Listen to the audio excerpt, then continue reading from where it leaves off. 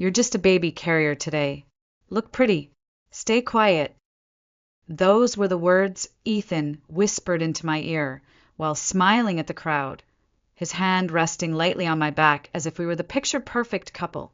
I stood there holding our 7-month-old daughter Sophie on my hip, her soft head resting against my collarbone, completely unaware that her father had just turned me into furniture. The sun was warm that day, pouring over the Charleston countryside like honey. Golden light spilled through the canopy strung above the white linen tables, where floral centerpieces swayed gently in the breeze. It was Nathan's wedding, Ethan's younger brother, and not a single expense had been spared. Everything gleamed, the crystal, the chairs, the smiles, but none of it reached me, not after what he said. I hadn't even wanted to come. Sophie was teething. I hadn't slept in 3 nights, and Ethan had barely looked at me all week except to criticize. I had suggested staying home. His answer was a clipped command. It's my brother's wedding. No drama. Be presentable. So I stood in front of the mirror that morning with cracked lips and shadows under my eyes, pulling my hair back into a low chignon, applying foundation to hide the fatigue, and slipping into the navy dress he chose. Not because it flattered me, but because it matched his tie. At the venue, he was all charm, laughing with Nathan, clinking glasses, making toasts. I was the silent shadow beside him, balancing Sophie and a forced smile. I reached for his hand once, absent-mindedly, just to feel something tethering me to the man I used to know.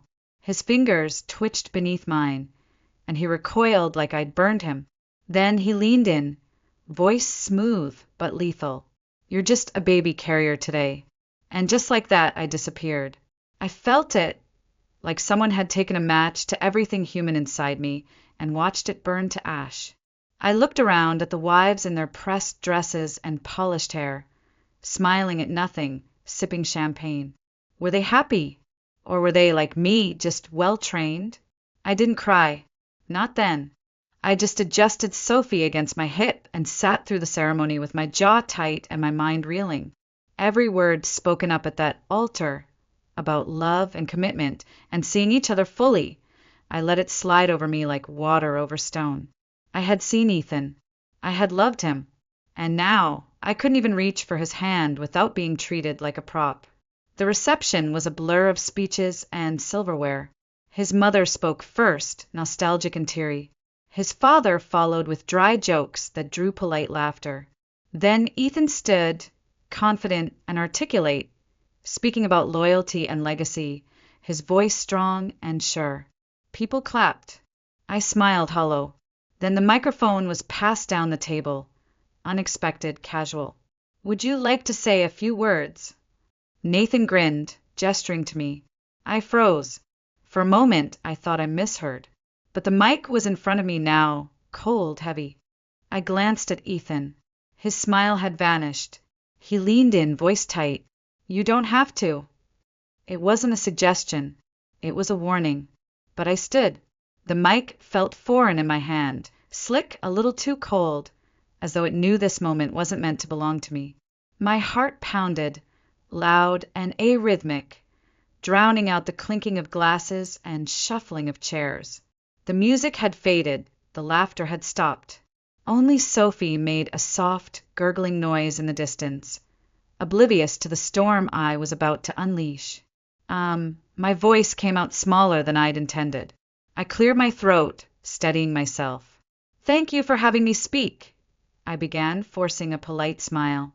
I wasn't planning to, but weddings are moments, aren't they? Moments we never forget. A few polite nods. A waiter froze mid-step.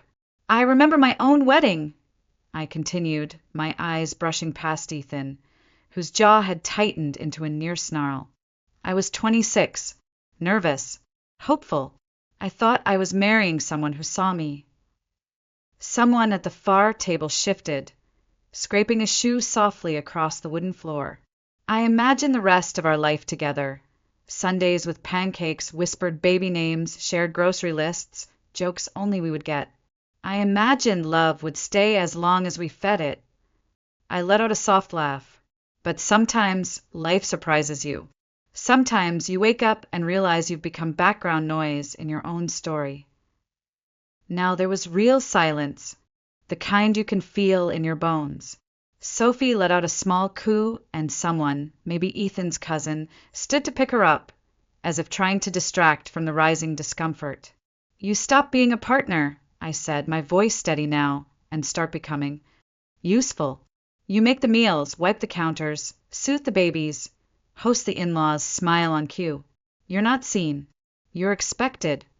I turned to Nathan and his new bride, keeping my tone even but my words sharp. "My only hope for you, truly, is that you never forget to look at each other. Really look. Not just on anniversaries or when things are easy, but in the chaos, in the fatigue, in the days when you forget why you started." My eyes returned to Ethan. His smile was long gone now. In its place was a fury he couldn't hide behind charm. "Because the moment you stop seeing each other," I said, "it's not a marriage anymore. It's a performance." No one clapped. No one breathed. I handed the microphone back to the stunned wedding planner and stepped down slowly, my heels echoing against the wooden floor like punctuation marks. I didn't look at Ethan. I didn't need to. I just walked toward Sophie. She was with Ethan's cousin Maria now, looking up at me with that gummy grin, her tiny fingers outstretched. I lifted her into my arms and kissed the top of her head, letting her warmth fill the hollow space in my chest. Ethan didn't follow me. Not right away. I walked out of the reception hall, past the valet, past the fairy lights, and the Instagram-perfect tables. I kept walking until the music was just a whisper behind me, and the cool air bit at my skin. The parking lot was nearly empty, bathed in soft amber light. I stood near the hedges, rocking Sophie slowly, my hands trembling, not from fear, but from the weight of finally being heard. Then I heard the footsteps. The footsteps were fast and deliberate, heavy against the pavement. I didn't turn around. I knew it was him before he spoke. "What the hell was that?" Ethan hissed. His voice was low, sharp, and too close. "Are you insane?" I turned slowly, adjusting Sophie in my arms. "I told the truth." He stepped forward, towering over me. His suit was still perfect, his tie crisp, but his eyes, those carefully curated politician's eyes, were wild now. "You just humiliated me in front of my entire family," he growled. I looked up at him, my voice steady. "No, I reminded them that I exist." He flinched, just slightly, like I'd slapped him. Then he composed himself. "Go home." "Now," he said, each word clipped final. "We'll talk later." He didn't offer to take Sophie, didn't glance at her or ask if she was okay. He turned on his heel and walked back toward the venue, back to the glittering celebration, as if he hadn't just left a woman unraveling in the shadows. I stood there for a moment, staring at the spot where he'd been, feeling like the cold had finally reached inside my bones. Then I opened the car door, buckled Sophie into her seat, and slid behind the wheel. She babbled softly, playing with the strap of her carrier, blissfully unaware. As I pulled out of the lot, I didn't look in the rearview mirror. I didn't want to see if Ethan was watching. The streets of Charleston were quiet, glowing faintly under the street lamps. I drove with one hand on the wheel and the other resting on my lap, feeling the sting of tears that refused to fall, until they did, silent, endless. And for the first time in years, I didn't wipe them away. When we reached the house, I parked in the driveway and sat in the car for a moment, listening to Sophie's gentle breathing. Then I carried her inside, past the porch swing Ethan never used, through the hallway where our wedding photo still hung. Two smiling strangers in love with a fantasy. The kitchen light buzzed overhead as I made a bottle and rocked her to sleep. I didn't turn on the TV. I didn't check my phone. I just stood there in the nursery, her soft breath against my shoulder, and stared out the window into the quiet night. The next morning, Ethan acted like nothing had happened. He poured himself coffee, kissed Sophie's forehead, and opened his phone like it was just another Sunday, like I hadn't pulled the curtain back the night before and shown everyone who he really was. I stood by the sink, watching him, my fingers tight around a dish towel. "I'm going to the gym," he said flatly, not looking at me. "My parents are coming by at 3. Try not to bring up last night." I blinked. That was it. No apology. No explanation. Just dismissal. He paused when he reached the door, sensing I hadn't moved. "What else is there?" he asked. I didn't answer, because I realized he genuinely didn't see anything wrong. Richard Carter didn't deal in apologies. Not for me. Not anymore. He hadn't always been like this. Once he was magnetic, sharp suits and quick wit, the kind of man who made you feel like the only person in the room. He used to notice things. The way I chewed my pen when I was nervous. The books I reread but never finished. The songs I hummed when I cooked. But something had shifted after we married. Slowly, like a temperature dropping 1 degree at a time until you're frozen before you know you're cold. It started with small corrections. "You didn't say that quite right." Then the quiet refusals. No more hand-holding in public. No photos together unless he initiated. And when I got pregnant, something in him calcified. Not angry. Not cruel. Just indifferent. Like I had become less useful. A burden to manage. When Sophie was born, he held her once. Said he was afraid of doing it wrong. He never tried again. And so I did everything. The feedings. The laundry. The doctor's appointments. The nights when Sophie wouldn't sleep unless I walked the hallway with her for hours. I did it all. Because someone had to. That afternoon, Ethan's parents came by with a bottle of wine and tight smiles.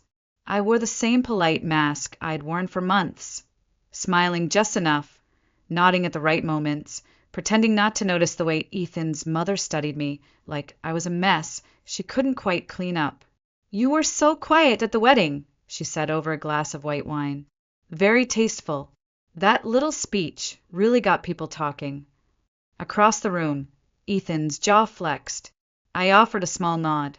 Sometimes honesty makes people uncomfortable.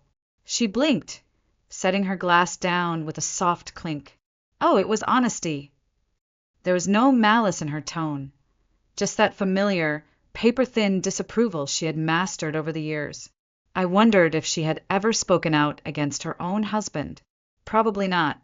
Women in their family were trained to smile through bruises, visible or not. After they left, Ethan didn't say a word. He sat on the couch, flicking through channels while I bathed Sophie, sang her to sleep, folded the laundry, wiped down the kitchen counters. I moved through the house like a ghost in a place I used to call home. At midnight, I found him on the back porch, staring out into the dark yard with a drink in his hand. I stepped outside, the wooden boards creaking beneath my feet. "I meant what I said yesterday," I told him quietly. He didn't turn around. "You made me look like a fool." "No," I said. "You made me feel like a ghost." He finally turned, his expression unreadable. "You think you're a martyr now, is that it?" I shook my head. "No, I'm just done being invisible." He let out a short, bitter laugh. "You're not going anywhere. You need me. You have no job, no savings, no plan. You're stuck." He said it calmly, like he was stating a simple fact. Like gravity. I didn't respond. I just turned, walked inside, and closed the door. But in bed that night, lying stiffly beside the man who couldn't see me anymore, I let myself imagine it. A life without him. It was terrifying, uncertain, but it was mine.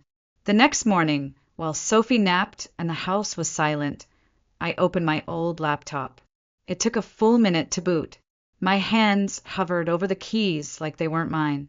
Then I opened the design software I hadn't touched in over a year, and I cried, not because I was sad, but because something inside me, something that had been buried under diapers and dinner plates and silence, finally stirred.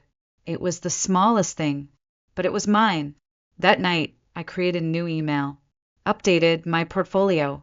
Nothing dramatic, just quiet steps in the dark. A week later, a notification lit up my inbox.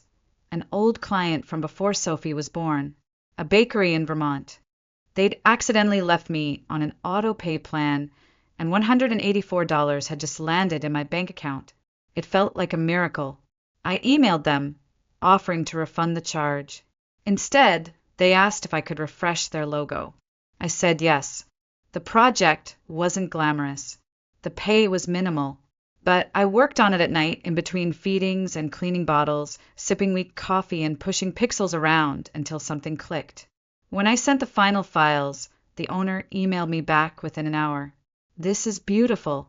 You really understood what I wanted. Thank you." I stared at the message for a long time. No one had thanked me in months, maybe years. Not for being a wife, not for being a mother, not for folding socks or remembering pediatrician appointments or always having the fridge stocked. Just thank you. I didn't tell Ethan. I didn't need to. I wasn't doing it for him. For the first time in forever, I was doing something that made me feel real. A few days later, I got a message on Facebook. "Hey, saw your name on a client site. Are you still doing freelance work?" Jessica, Lynn, my breath caught. Jessica.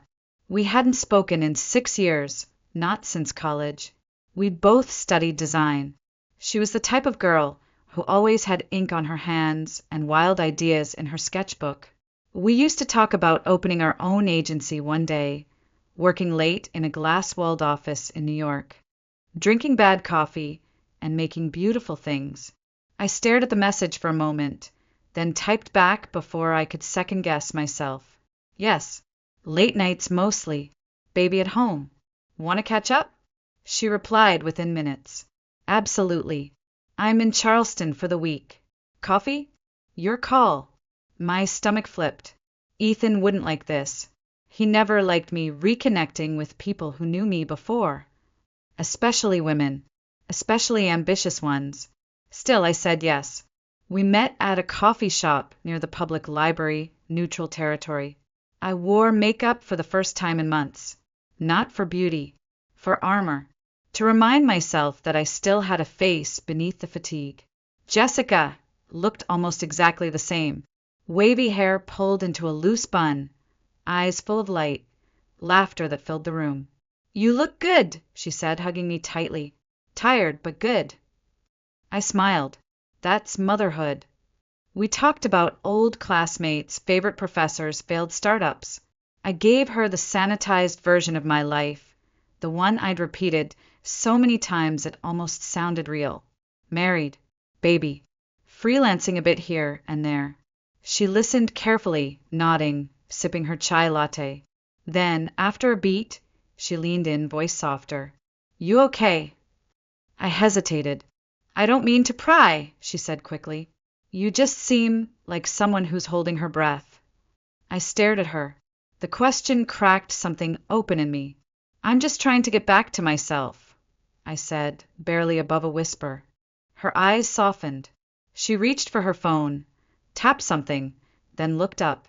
"If you ever need help, real help, let me know. My firm has a daycare stipend. We hire remote designers sometimes. I can float your name." I blinked. "You do that?" She smiled. "You were the best in our class. I always thought you gave up too early." That night I didn't sleep. I lay awake, staring at the ceiling, remembering the version of me who dreamed in color. The one who stayed up past midnight designing album covers no one asked for. The one who once said, "I don't want to be someone's wife first. I want to be my own damn person." 2 days later, I sent Jessica my resume. I didn't tell Ethan. I didn't even plan to. Not yet. But I knew he'd find out eventually. And when he did, it happened exactly how I expected. A client invoice arrived in the mail. He held it up like it was evidence in a trial. "What's this?" "A payment," I said calmly, "for a project I'm working on. You're working now." I never stopped being able to work. His jaw clenched. "You should have talked to me." "I did," I said, meeting his eyes. "You just didn't listen." He didn't reply. He just walked out of the room, not yelling, not slamming anything. And somehow, that terrified me more than rage ever could. Later that night, I double-checked the locks. Every one of them. Then I emailed Jessica. I'm interested. Please keep me in mind. Her reply came almost immediately. Already did. Interview. Next week. You've got this. The interview was scheduled for 10 a.m. on a Tuesday.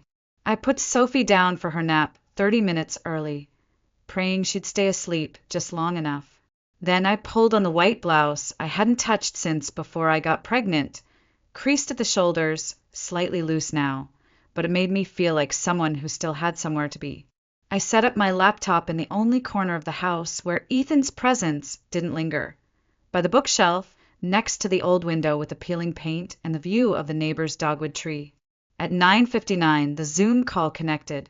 The woman on the screen was in her 40s, maybe, with warm eyes and a sleek pixie cut. Her name was Elise Monroe, senior creative director at the firm Jessica worked for. She smiled as soon as my camera turned on. "Olivia Hart," she said, "I've heard a lot about you." I smiled, nerves tight in my chest. "Hopefully good things." "All good," she said, leaning back in her chair. "Let's talk design." And just like that, the world shifted. For 30 minutes, we talked about color theory and branding voice, about user experience and typography trends. She didn't ask about my gap year. She didn't ask why my portfolio had a sudden drop-off in 2022. She asked about instinct, about problem solving, about how I made people feel with what I created. And for the first time in years, I wasn't a wife. I wasn't a mother. I was just me. When the interview ended, Elise smiled again. "We'll be in touch soon," she said, then added with a wink, "but I'll tell you now, Jessica's recommendation carried a lot of weight." As soon as the call ended, I sat there frozen, staring at the blank Zoom screen. Then I exhaled so deeply I startled myself. From the baby monitor, Sophie stirred, then settled. The moment cracked like glass. I closed the laptop, stood up, and walked into the nursery. She was still asleep, her small chest rising and falling, one hand curled beneath her cheek. I knelt beside the crib and rested my forehead on the edge. I didn't have the job yet. I didn't know what would happen next. But I had something better than certainty. I had hope. That night, Ethan came home later than usual. His tie was loose, his shirt half untucked, and his eyes glassier than I liked. "Out drinking?" I asked, too tired to censor myself. He blinked slowly. "I needed time." I nodded. "I'm ready." He looked at me, confused. "Ready for what?" "To stop waiting for you to notice me," I said softly. He didn't respond, just walked past me into the living room, opened the fridge, and pulled out a beer. And as I watched him, his shoulders hunched, his energy dulled. I realized something surprising. I wasn't angry anymore. I wasn't hurt. I was simply done. Later that night, I called Jessica to thank her. She picked up on the second ring. "How'd it go?" I remembered who I was, I said. "Thank you." She paused, then said, "Now you just need an exit plan. You don't have to do everything at once, but you can't stay stuck." She was right.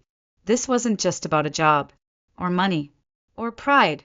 This was about safety, because Ethan had never hit me, never screamed, never left bruises, but his control was just as real, just as dangerous. It was time to find the door and walk through it before it vanished.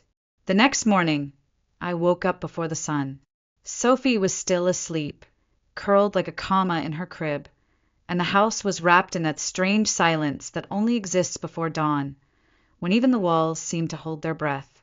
I stood in the kitchen with a mug of tea growing cold in my hands and stared out the window at the backyard.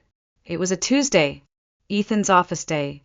He'd be gone by 9, and I had a list, not a dramatic list, not how to escape in the dead of night, or how to ruin a man, just practical things.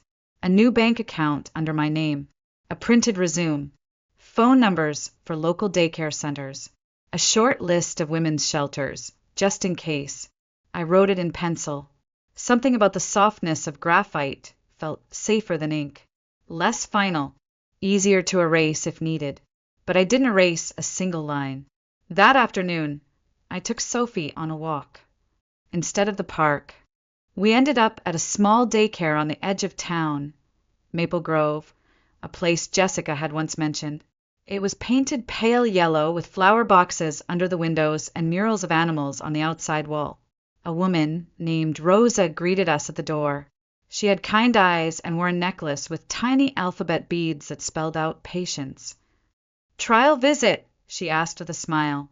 I nodded, heart pounding. "Just a few hours. I want to see how she does." Inside, the center was quiet but warm. Wooden toys, soft rugs, cheerful chaos. Sophie hesitated at first, gripping my shirt with tiny fingers. But 10 minutes later, she was crawling toward a stack of blocks, giggling as another baby knocked them over. I stood at the window for a long time, watching her, not feeling guilt, but something else. Permission. After I left Maple Grove, I stopped at a gas station on the way home and paid cash for a burner phone. I slid it into the pocket of my diaper bag, hidden beneath the wipes and snacks. That night, I called the shelter. I didn't give my name, just asked a few questions. The woman on the line, another Rosa, oddly enough, answered them with a calm steadiness that made my throat ache. She didn't push, didn't judge, just said, "When you're ready, we'll be here." When I got home, Ethan was already on the couch. He looked up from his phone as I entered, then at the 2 small shopping bags in my hands. "You were out." "Yes," I said. "Groceries." He glanced at the bags. "Doesn't seem like much." It wasn't. He didn't push further, just went back to his phone. Later that night, as I bathed Sophie, I caught myself humming a soft tune. Familiar, but I couldn't place it. I hadn't hummed in months, maybe years. After she fell asleep, I sat on the bed, staring at my list again.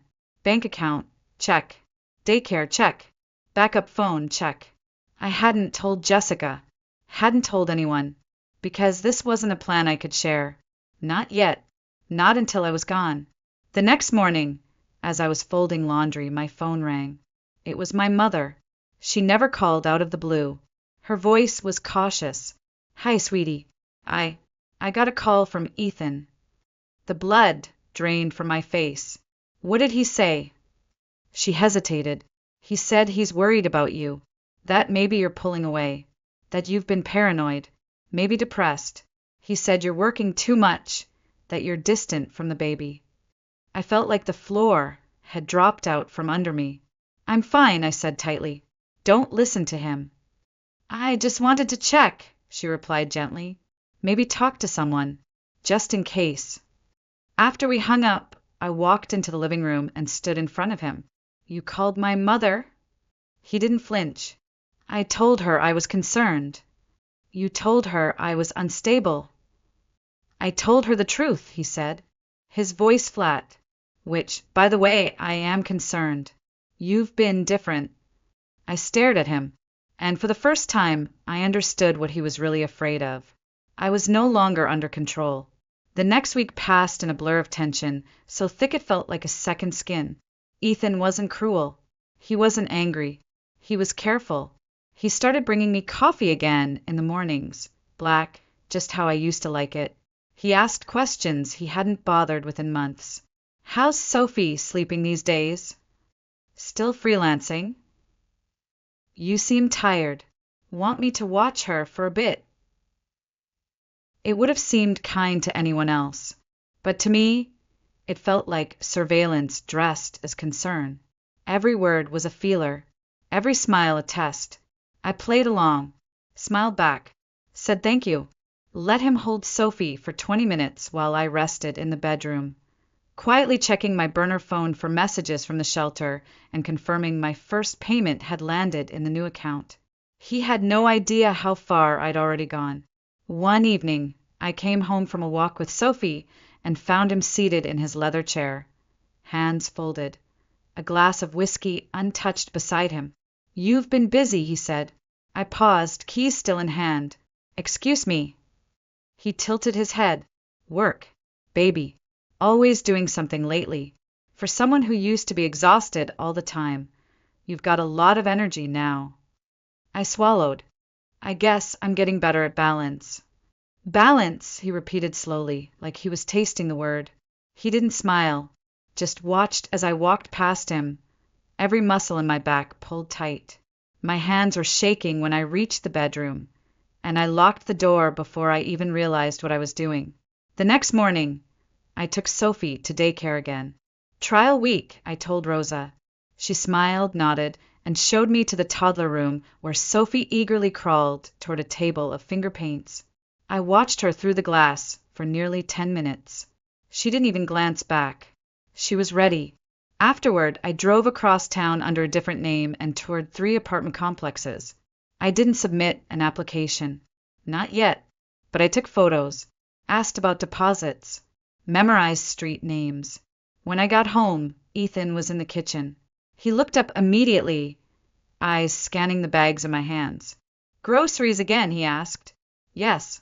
He looked past me at the 2 small paper sacks, barely enough for a day. Doesn't seem like much.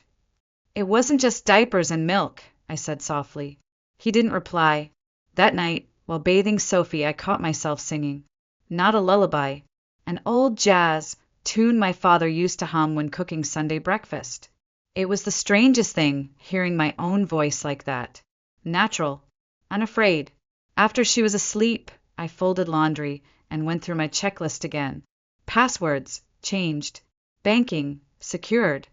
Cash, hidden in a tampon box under the sink, double-bagged. Shelter address, memorized. Routes, mapped, printed, folded into Sophie's diaper bag. I told no one, not even Jessica, because the moment someone else knew, it would no longer be mine. Then came the phone call I didn't expect. Jessica. Hey, she said. I just wanted to give you a heads up. Elise forwarded your test project to the senior partners. They're impressed. I think you're about to get an offer.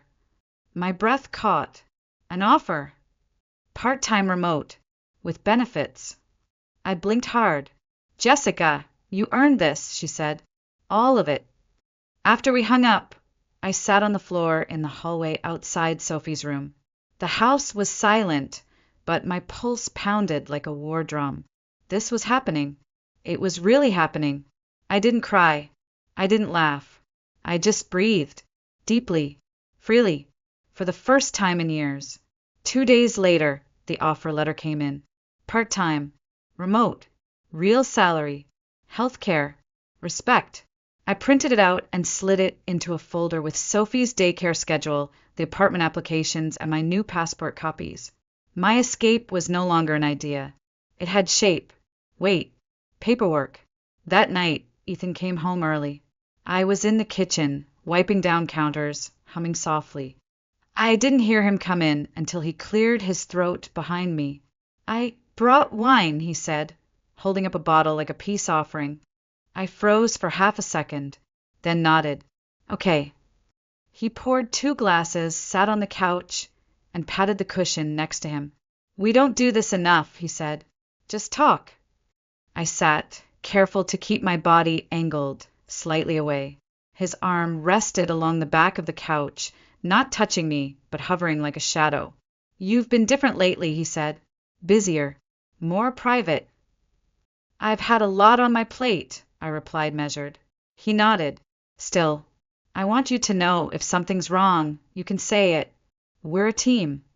I turned to him, slowly, and met his gaze head-on. This wasn't kindness. It was a net. It's just work stress, I said lightly. I'm adjusting. He studied me for a second too long, then smiled. Well, I'm glad you're feeling productive again. You're always at your best when you've got a purpose. Something about the way he said it made my skin crawl. Later, after he went to bed, I sat alone in the bathroom and stared at my reflection in the mirror. My face looked calm. Too calm. Like I'd rehearsed that scene 100 times. Because I had. Under the sink, in a box labeled extra soap, was a plastic bag filled with emergency cash and the burner phone. Triple wrapped. Ready. I checked the time. 4 a.m. I lay beside him for hours, pretending to sleep, listening to his breathing. Slow, even entitled. Like he'd won. Like he still believed I was staying. The next day, I drove Sophie to daycare for a full-day trial. She ran to Rosa with open arms, her little sneakers squeaking on the floor. I watched through the glass for a moment, then stepped away. I didn't cry. I felt steady, focused. Afterward, I stopped by a grocery store across town, paid cash, and picked up two things: a small travel duffel and a portable charger. When I got home, Ethan was waiting by the window. "You were gone a while," he said. "I had errands." He stepped closer. Too close. "You don't have to lie," he said softly. "If you're meeting someone, just say it." I blinked. "I'm not." He smiled, but it didn't reach his eyes. "Okay." That night, while Sophie slept, he sat beside me on the bed and placed his hand gently on my thigh. "You know," he murmured, "I really do want us to get back to being a team." I looked down at his hand. It felt like a weight, a claim. "I'm tired," I said, and stood up. He didn't stop me, didn't raise his voice, didn't touch me again. But I saw it, the flicker of something cold behind his eyes. He knew, and now so did I. He wasn't going to let me walk out easily, but I wasn't asking for permission anymore. I didn't sleep that night. I lay beside him, eyes open in the dark, listening to the rhythm of his breathing. Steady, unbothered, as if everything still belonged to him. The house, the silence, me. He didn't know I had already packed Sophie's clothes into the duffel, that I had printed directions to the shelter and sealed them inside a book titled Baby's First Words, that I had rehearsed this escape in my head so many times it no longer felt like a plan. It felt like a memory waiting to happen. At 3:14 a.m., I slipped out of bed. The floorboards creaked like they were warning him, but he didn't stir. I padded down the hallway, past the wedding photo, past the untouched dinner dishes, into Sophie's room. She was curled beneath her blanket, breathing softly. I crouched beside her and whispered, "It's time, baby." She didn't wake, not really, just stirred slightly as I lifted her, wrapped her in the soft gray blanket, and pressed a kiss to her forehead. I held her to my chest and walked back down the hall. Then I saw him, Ethan, standing in the doorway, barefoot, arms crossed. His eyes locked on mine. No rage, no shouting, just presence. He didn't say a word, and neither did I. For one long second, time stretched between us, tight and brittle. Then I stepped forward, one foot, then another. He didn't move, didn't block me, but his gaze followed every inch of me, like he could still lay claim just by watching. I walked past him, out the door, into the cold, early morning air. My car was already packed. I slid Sophie into her seat with trembling hands and started the engine. As the headlights cut across the quiet street, I glanced in the mirror. Ethan still stood in the doorway, still watching, but he didn't follow. I didn't wait to see if he would. I didn't give him that power. I drove through Charleston's sleeping streets, each red light a threat, each turn a breath held. At 4:43 a.m., I arrived. The shelter was an old brick building tucked between a church and a community center.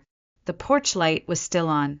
A woman stood at the door in a gray cardigan, her face soft and unstartled. "Olivia," she asked gently. I nodded, holding Sophie tighter. "Yes." She opened the door wider. "Come in." Inside, it smelled like chamomile and warm bread. Someone was baking. Somewhere, a child was crying softly. It wasn't peaceful, not exactly, but it was safe. She led me to a small room, 2 beds, a crib, a lamp. I sat on the edge of the mattress and placed Sophie down. She turned over in her sleep, unfazed, content. The woman, Rosa, just like the one from daycare, brought me a glass of water and a warm towel. I thanked her with my eyes more than my voice. After she left, I sat in the stillness, my hands in my lap. I had done it. I had left, and no one had stopped me, not even him. The sun was starting to rise, streaks of pink and gold threading the window. I watched it without moving, letting the light fall across my arms. I didn't feel triumphant. I didn't feel afraid. I just felt real, like I had stepped back into my own body after years of watching from the outside, like I had finally taken up space I had been shrinking from for far too long. It had been 3 weeks since I left. Sophie had settled into Maple Grove like she'd been born for it, coloring, babbling, waving goodbye to me each morning like I was just another mom with somewhere to be. I had moved into a small rental unit above a florist shop on the quieter side of town. It smelled like roses and fresh soil, and for the first time in years, I didn't live surrounded by silence or tension. I had a job now, a routine, a door I could lock without fear. Then the invitation came, a message from Nathan. Claire, and I wanted you to speak again. Just a little something, like at the wedding. People are still talking about what you said. I almost laughed when I read it, but I said yes. The reception was smaller this time, a quiet post-wedding dinner for friends and family who hadn't been able to attend the big event. It was held at a cozy restaurant just outside the city, a brick building with ivy creeping up its sides, candles flickering on every table. I arrived early alone, wearing a soft gray dress, hair down, no diaper bag slung across my shoulder. No Ethan walking 3 steps ahead. He was already there when I walked in, sitting at the back, arms folded, pretending I didn't exist. I saw the moment he noticed me. His jaw tightened, his gaze flicked down, measuring, calculating. He was probably already rehearsing what he'd say afterward to spin the narrative in his favor. That I was unstable, that I'd abandoned him, that I was going through something. He had told his mother I was in a facility. She had texted me a week ago, unsure whether to believe him. I didn't respond, because I didn't need to explain anymore. Nathan raised his glass halfway through dinner, smiling toward the center of the room. We'd like to invite someone special to say a few words again, he said. Someone who reminded us all what it means to be seen. I stood. There wasn't a microphone this time, just me in a room full of familiar faces and unfinished stories. I wasn't planning to speak, I began, but Nathan asked, and I think sometimes silence is just a different kind of performance. A quiet laugh rippled near the center. I spent a long time believing that love meant staying quiet, that if I just did everything right, folded the towel, smiled at the right times, kept the baby quiet during meetings, eventually the love would come back. I looked up. I thought the coldness was stress. The silence was exhaustion. The flinching was just a phase. I let my gaze drift to Ethan, who hadn't moved. But it wasn't. Someone across the room cleared their throat. Chairs shifted. I held steady. It was the sound of someone slowly forgetting that I was human. I paused. No one spoke. I left, I said clearly, and it was the hardest thing I've ever done. Not because I didn't love him, but because I finally started loving myself more. There it was, the stillness, not awkward, not uncertain, just still. I didn't need applause. I didn't need permission. I stepped back, nodded to Nathan, and returned to my seat. When I glanced toward the back, Ethan was gone. Maybe for a breath of air. Maybe because he couldn't breathe at all. After the dinner, I didn't wait around. I didn't want questions or hugs, or that subtle pity some people slip into their smiles. I just grabbed my coat, stepped into the cool night air, and walked to my car. The streets were quiet. My footsteps felt solid, real. When I got home, Sophie was already asleep. The babysitter, Jessica's cousin, had left a note on the counter. She ate all her peas and asked for you once, but not with tears, just curiosity, like she already knows you're always coming back. I stood there in the middle of my tiny kitchen, holding that piece of paper like it was something sacred, because it was. I was coming back, to myself, to my daughter, to a life that wasn't wrapped in whispers and manipulation.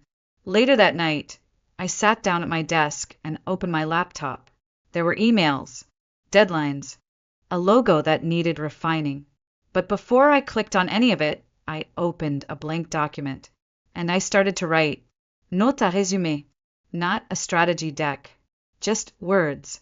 about what it felt like to disappear in your own marriage, about learning to exist again without apology, about how silence can be more violent than yelling, about how love that asks you to shrink isn't love, it's control with perfume on. I didn't know what I was writing toward. Maybe a blog post, maybe a letter no one would read. But it poured out of me like breath I'd been holding for years. I stopped around midnight, closed the laptop, sat in the stillness, then walked into Sophie's room. She was sprawled sideways in her crib, blanket twisted around one leg, one chubby hand flung over her head like a tiny queen who ruled dreams. I bent down, kissed her temple, and whispered, "We're okay now." And we were. Not perfect, not finished, but okay. The next morning, as we walked to daycare, Sophie pointed at a squirrel and squealed with laughter. I laughed too, not because I had to, not to prove I was fine, just because it was funny, because I could. A week later, I got a voicemail from Ethan. His voice was calm, almost kind. "I don't know what stories you're telling, Olivia, but they're hurting people. You should think about Sophie. Think about what you're doing to our family." I didn't reply. There was nothing left to say. He had spent years making sure I stayed small, quiet, tame, and now my silence was gone. My obedience had expired. I wasn't his anything anymore. I was mine. There's this thing people say when you leave a toxic marriage. You're so strong. But strength isn't always loud. It's not slamming doors or shouting in courtrooms. Sometimes strength is driving away at 4 a.m. with a baby and a duffel bag and no idea what comes next. Sometimes it's staying soft after you've been made to feel hard. Sometimes it's saying, "I deserve more," and believing it even if your voice shakes. So if you're reading this or hearing it, and you've been made to feel like you're just a role someone else wrote for you, a carrier, a placeholder, a shadow, let me remind you, you are not invisible. You never were. You're not just anything. You are everything they pretended not to see, and you deserve to be seen.